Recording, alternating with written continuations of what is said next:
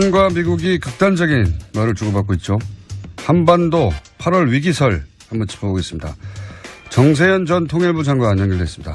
안녕하세요, 장관님. 예, 안녕하세요. 네. 까칠하다는 말을 하지 말아달라고. 네.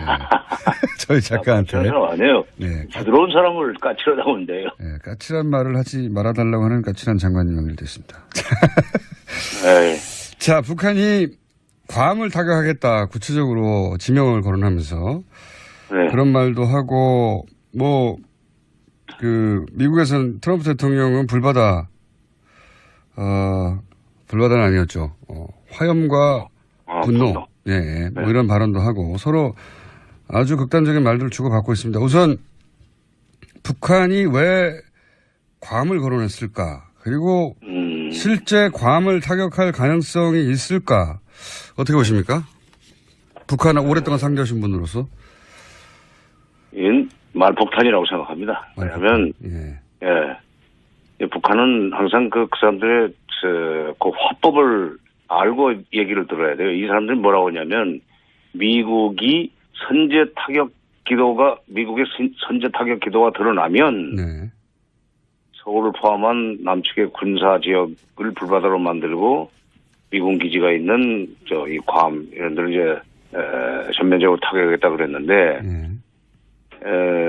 미국이 자기를 치겠다는 얘기, 북한을 치겠다는 얘기를 이 사람 저 사람이 북적북적 많이 하지 않았습니까? 뭐 선제 타격, 뭐 예방 전쟁, 뭐 이런 등등이 어떤 점에서는 말로 끝나지 않고 그것이 실제로 행동을 옮겨줄 수 있다고 북한이 좀 걱정을 하지 않나는 생각이 들어요. 그러니까 그런 말을 자꾸 하다 보면은 실제로 그런 일이 벌어질 수 있다고 보고 미국이 그렇게 나온다면 우리 가만 안 있겠다. 그러면서 근데 괌 얘기를 했는데 남쪽 불바다는 그건 그냥 들어간 얘기고 괌이 이게 B1B라든가 B52 같은 전략 폭격기 핵무기를 싣고 다니는 그런 폭격기들 거기서 떠가지고 북한 상공 한 바퀴 돌아가는데 몇 시간 안 걸리는 그런 비행기들이 있는 폭격기들이 있는 기지 아닙니까? 네.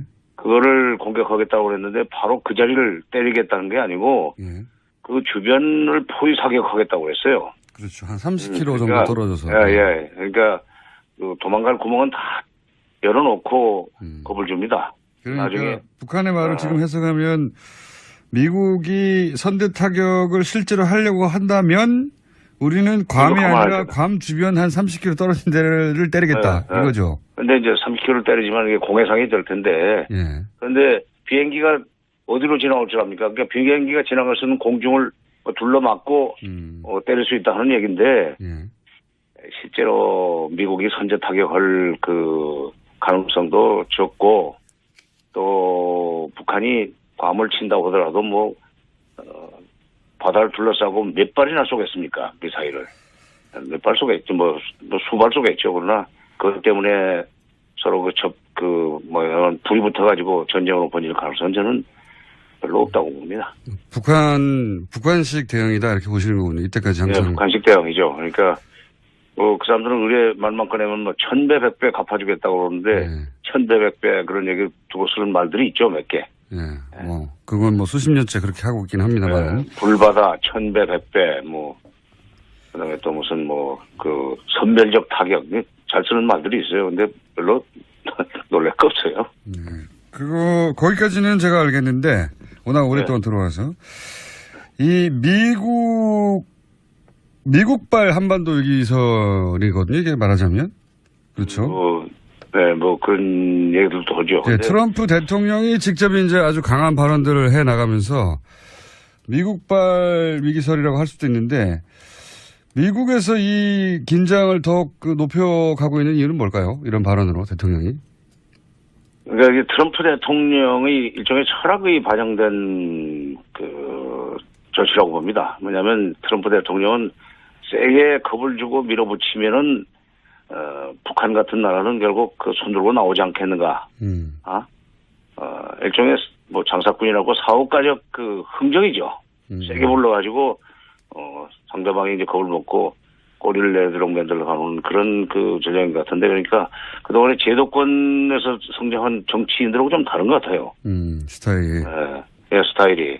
근데 그게 오히려 북한을 더 자극해가지고 북한이 그러니까 북한이 오히려 예방적 타격을 할 수 있는 그 여지를 키워가지고 책임을 그쪽으로 넘기려고 하는 전략인 것 같은데 저는 북한이 그렇게 위험한 짓을 안 하려고 봐요. 그 사람들 말폭탄 쏟아내다가 결정적인 순간에 싹 방향 틀어가지고 빠져나가는 데는 여러 번 보면서 참 귀신 같다 하는 생각을 많이 했었습니다만 그런 전략으로 이때까지 살아남았죠 사실은. 예. 그렇죠. 그래서 오히려 상대방이 방향을 틀도록. 근데 되게 그렇게 북한이 벼랑 끝에서 극단적인 압박을 통해서 미국을 들어가면은 결국 미국이 방향을 트는 그런 전례들이 몇 개 있습니다. 왜 그 형제간에 싸우면 큰 놈이 참으라고 그러잖아요. 네. 실제로 북한은 잃을 게 없다는 듯이 나오면 결국은 그렇죠. 미국이 북한의 요구를 들어주는 경우가 많았죠 오히려 지금까지는. 그리고 지금 동아시아의 현실로 봐서 6.25 때도 6.25 때 중국이 별거 없을 때도 중국이 바로 참전하지 않았어요. 예. 지금 중국은 미국 다음 가는 강대국입니다. 예.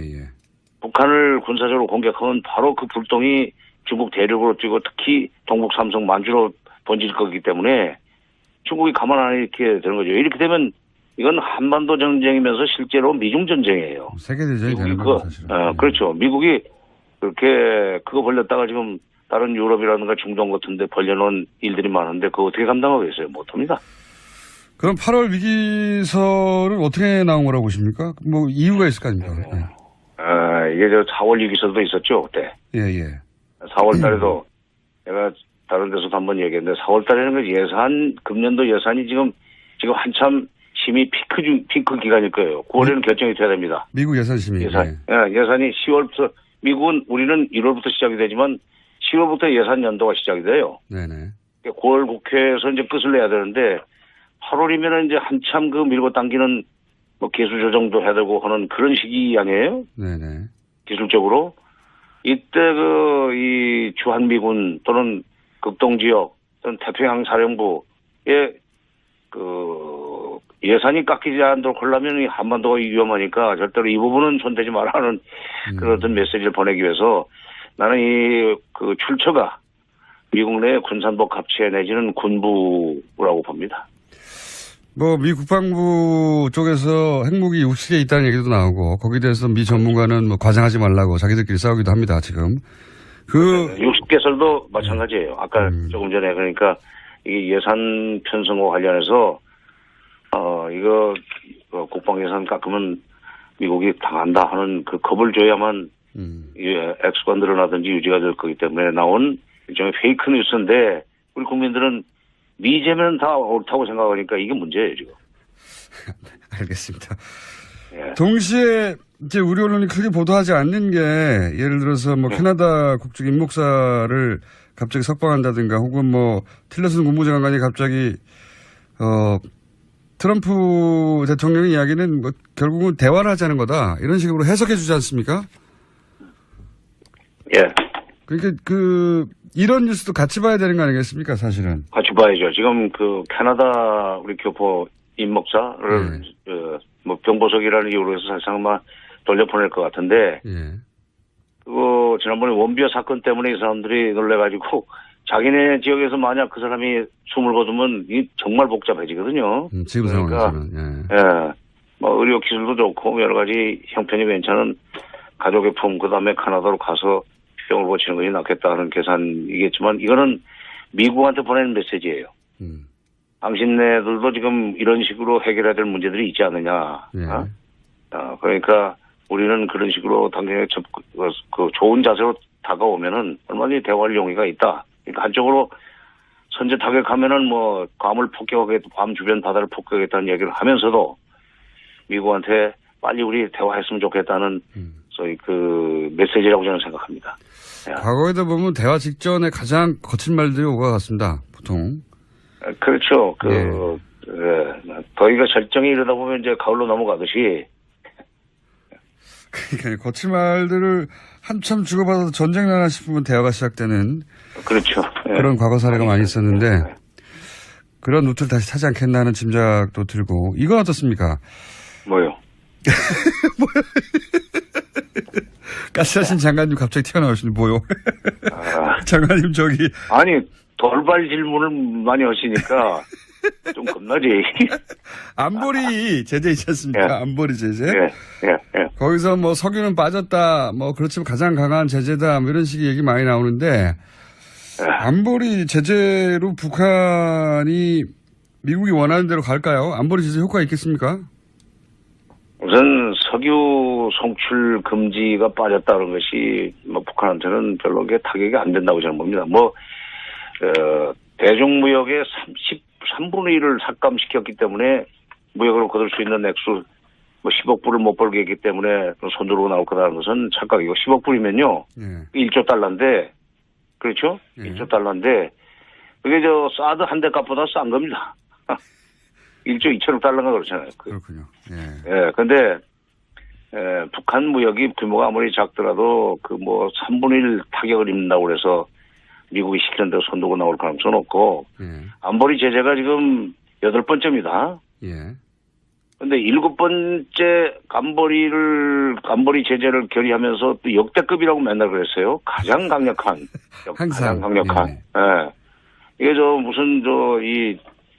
신문 광고 같은데, 어디 보면은 무슨 역세권 2분 거리, 3분 거리 하는 식으로 맨날 근데, 7번의 유엔 제재를 당하고도 작년에 북한 경제가 3.9%나 성장했다면, 북한 경제는 아무런 영향을 안 주는 게 유엔 제재라는 거 아니에요?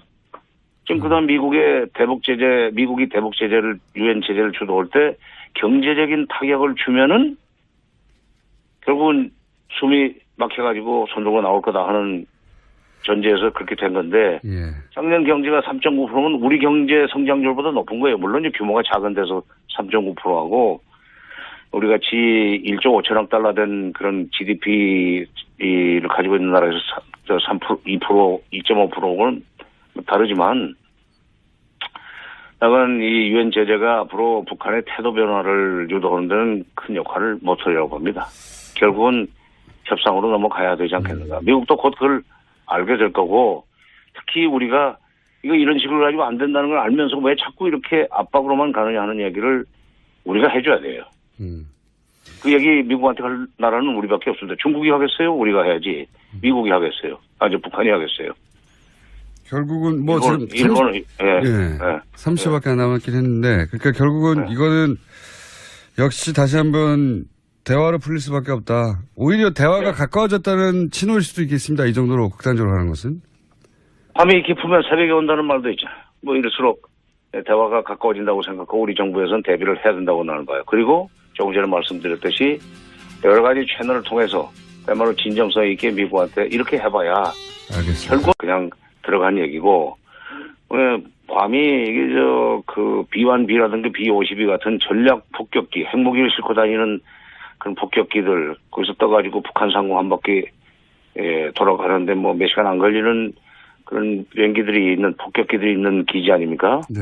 그거를 공격하겠다고 그랬는데 바로 그 자리를 때리겠다는 게 아니고 그 주변을 포위 사격하겠다고 그랬어요. 그렇죠. 한 30km 정도 떨어져서. 그러니까 도망갈 구멍은 다 열어놓고 겁을 줍니다. 그러니까 나중에 북한의 말을 지금 해석하면 미국이 선제 타격을 실제로 하려고 한다면 우리는 괌이 아니라 괌 주변 한 30km 떨어진 데를 때리겠다. 이거죠. 근데 이제 30km를 때리지만 이게 공해상이 될 텐데.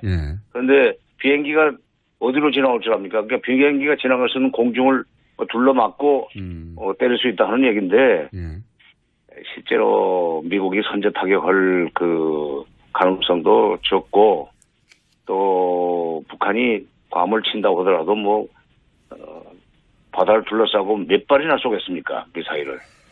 몇 발 쏘겠죠. 수발 쏘겠죠. 그러나 그것 때문에 서로 불이 붙어가지고 전쟁으로 번질 가능성은 저는 별로 없다고 봅니다. 북한식 대응이다 이렇게 보시는 거군요. 이때까지 항상. 네, 북한식 대응이죠. 그러니까 그 사람들은 의뢰 말만 꺼내면 1000배, 100배 갚아주겠다고 그러는데 1000배, 100배 그런 얘기 두고 쓰는 말들이 있죠, 몇 개. 그건 수십 년째 그렇게 하고 있긴 합니다만. 불바다 1000배, 100배 그다음에 또 무슨 선멸적 타격 잘 쓰는 말들이 있어요. 근데 별로 놀랄 거 없어요. 거기까지는 제가 알겠는데 워낙 오랫동안 들어와서 이 미국발 한반도 위기설이거든요. 이게 말하자면 그렇죠.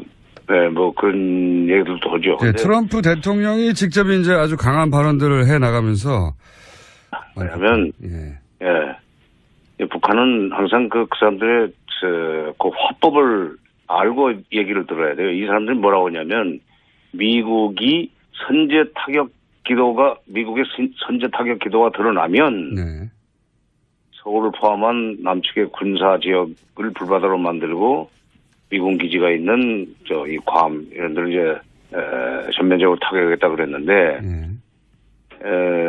미국이 자기를 치겠다는 얘기, 북한을 치겠다는 얘기를 이 사람 저 사람이 불쑥 많이 하지 않았습니까? 선제 타격, 예방 전쟁, 이런 등등이 어떤 점에서는 말로 끝나지 않고 그것이 실제로 행동을 옮겨줄 수 있다고 북한이 좀 걱정을 하지 않나는 생각이 들어요. 그러니까 그런 말 자꾸 하다 보면은 실제로 그런 일이 벌어질 수 있다고 보고 미국이 그렇게 나온다면 우리 가만 안 있겠다. 그러면서 근데 괌 얘기를 했는데 남쪽 불바다는 북한과 미국이 극단적인 말을 주고받고 있죠. 한반도 8월 위기설 한번 짚어보겠습니다. 정세현 전 통일부 장관 연결됐습니다. 안녕하세요, 장관님. 예, 안녕하세요. 네, 까칠하다는 말을 하지 말아달라고. 저희 작가한테. 까칠한 사람 아니에요. 부드러운 사람을 까칠하다고 하는데요. 까칠한 말을 하지 말아달라고 하는 까칠한 장관님 연결됐습니다. 자, 북한이 괌을 타격하겠다 구체적으로 지명을 거론하면서 그런 말도 하고 미국에서는 트럼프 대통령은 불바다는 아니었죠. 화염과 분노. 이런 발언도 하고 서로 아주 극단적인 말들을 주고받고 있습니다. 우선 북한이 왜 괌을 거론했을까? 그리고 실제 괌을 타격할 가능성이 있을까? 어떻게 보십니까? 북한을 오랫동안 상대하신 분으로서. 이건 말폭탄이라고 생각합니다. 미국발 위기설이라고 할 수도 있는데 미국에서 이 긴장을 더욱 높여가고 있는 이유는 뭘까요? 이런 발언으로 대통령이.